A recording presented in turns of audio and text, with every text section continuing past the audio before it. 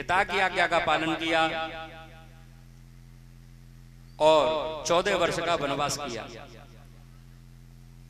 आज आपको ये पता चल जाएगा कल को हमारी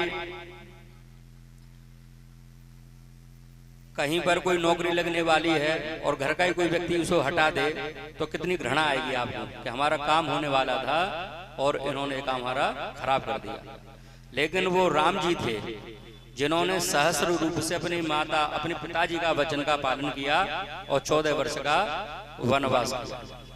भरत जी ऐसे भाई थे जिन्होंने राजा बनकर भी अपने भाई की तरह वनवासियों की तरह राज्यपाट को संभाला और उनकी चरण पादुकाओं को सिंहासन पर रखकर उनको ही राजा मानकर पूरा कार्य किया।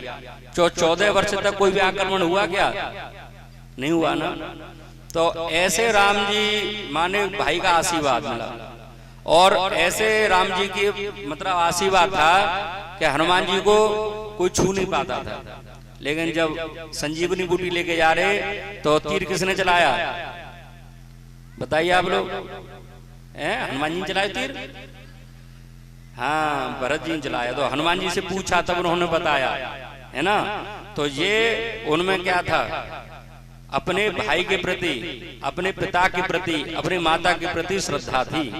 उस श्रद्धा से ये कार्य किया। माँ गांधारी ने अपने पुत्र गांधारी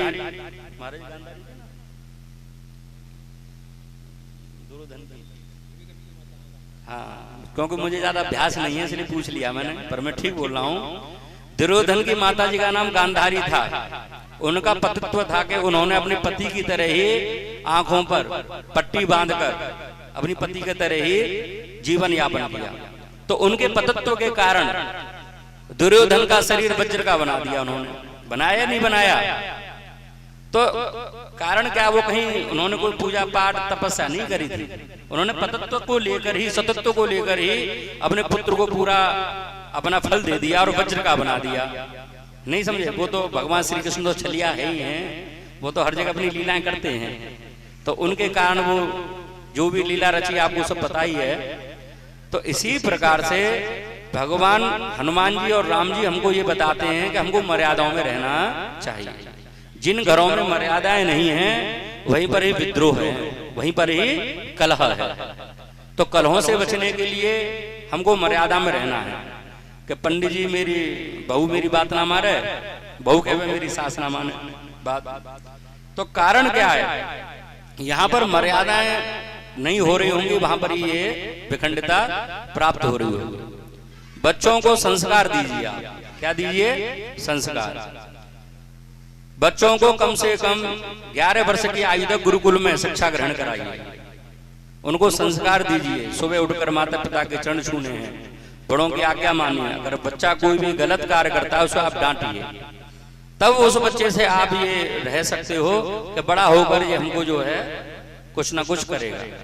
लेकिन बच्चे को अगर आप स्कूल में डाल दोगे, हॉस्टल में डाल दोगे, छोटा बच्चा है, तो जैसे हॉस्टल के नियम होंगे, वहां का जैसा वातावरण होगा वो वैसा ही बनेगा।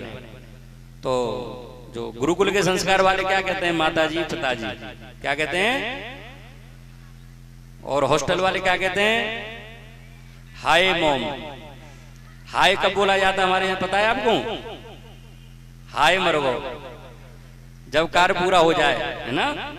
डेड, डेड अंग्रेजी का शब्द है डेड। डेड माने मरा हुआ, कुछ नहीं है। तो जीते जी उसने हाय मॉम हाय डैड कर दिया। नहीं समझे?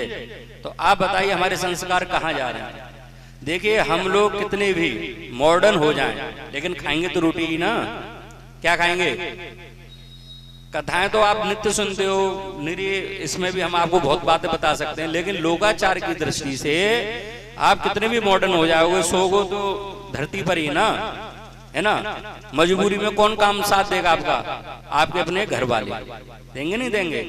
तो संगठन में ही शक्ति होती है। किसमें होती है? संगठन में। इसीलिए अपने परिवार से बनाकर चलिए, छोटी छोटी बातों पर गुस्सा ना होइए, ठीक है ना। भगवान राम जी की तरह जीवन जीजिए, ठीक है ना। बोलिए सियापत रामचंद्र भगवान की।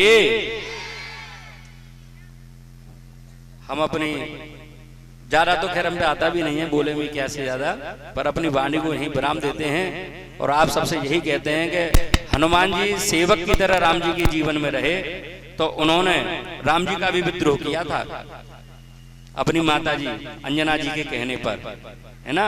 तो राम जी ने भी उनकी बात मानी।